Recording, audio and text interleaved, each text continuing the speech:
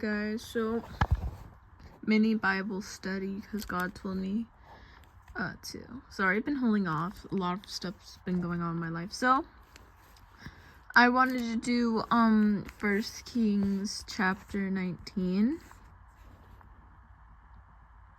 And so I'll just start from the first one.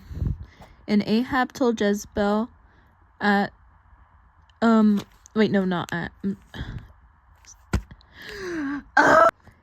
Ahab told Jezebel all that Elijah had done, also how he had executed all the prophets with the sword. Then Jezebel sent a messenger to Elijah, saying, "So let the gods do to me, and more also, if I do not make your life as the life of one of them by tomorrow about this time."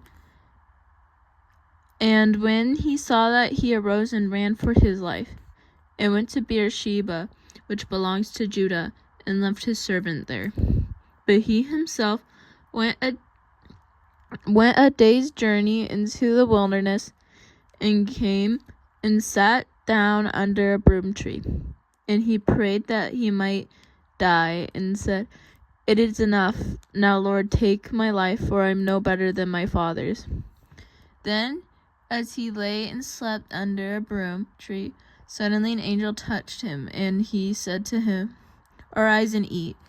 Then he looked, and there by his head was a cake baked on coals in a jar of water. So he ate and drank, and lay down again. And the angel of the Lord came back the second time and touched him, and said, "Arise and eat, because the journey is too great for you." See, he arose and ate and drank, and he went in the strength of that food 40 days and 40 nights, as far as I don't know how to say that word.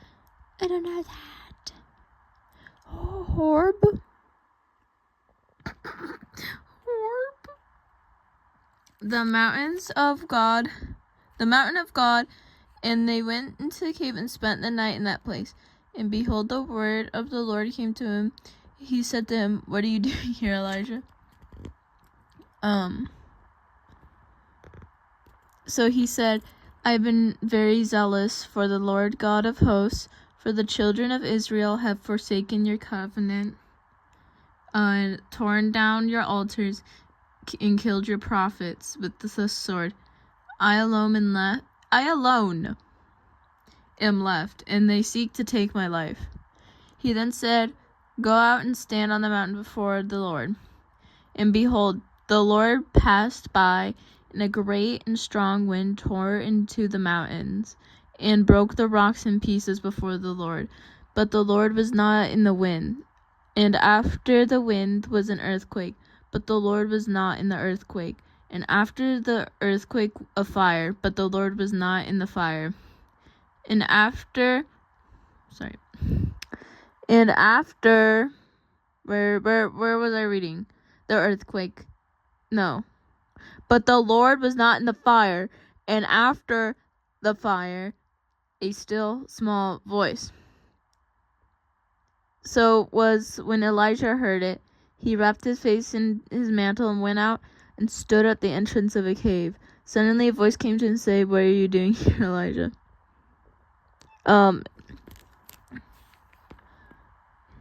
And it says the same thing as up here. Then the Lord said to him, "Go, return on your way to the wilderness of Damascus, and when you arrive, anoint Hazael as king over Syria. Also you shall anoint Jehu, the son of Nimshi, as king over Israel, and Elisha, the son of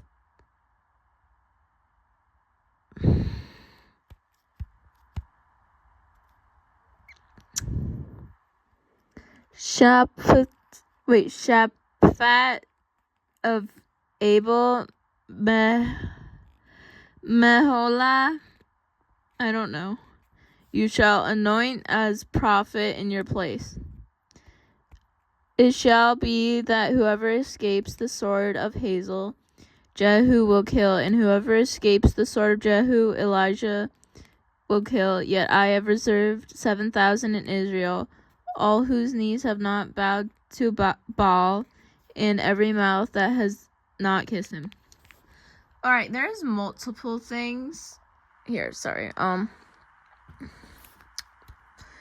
So the things that stuck out to me was when he was literally begging God to kill him. And so God sent an angel and said it got him food and drink, just eat and drink. And like, I don't know. It's kind of funny when you put it that way, but like it kind of means something to me because I'm going to be completely honest. I have sometimes struggled with suicidal thoughts, and this just shows that the Lord cares, and also it shows like that this is what I just got from it, like just by having something to eat or drink, just sitting there, I guess, processing all that, like you can start thinking more rationally and stuff, and you realize that life is worth living. And also that gave him the opportunity to talk to God over in these parts.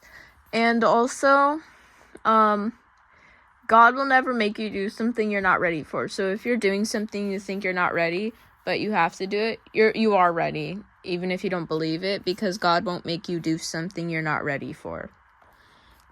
And also in this, when the Lord after the fire, a still small voice. The still small voice was God.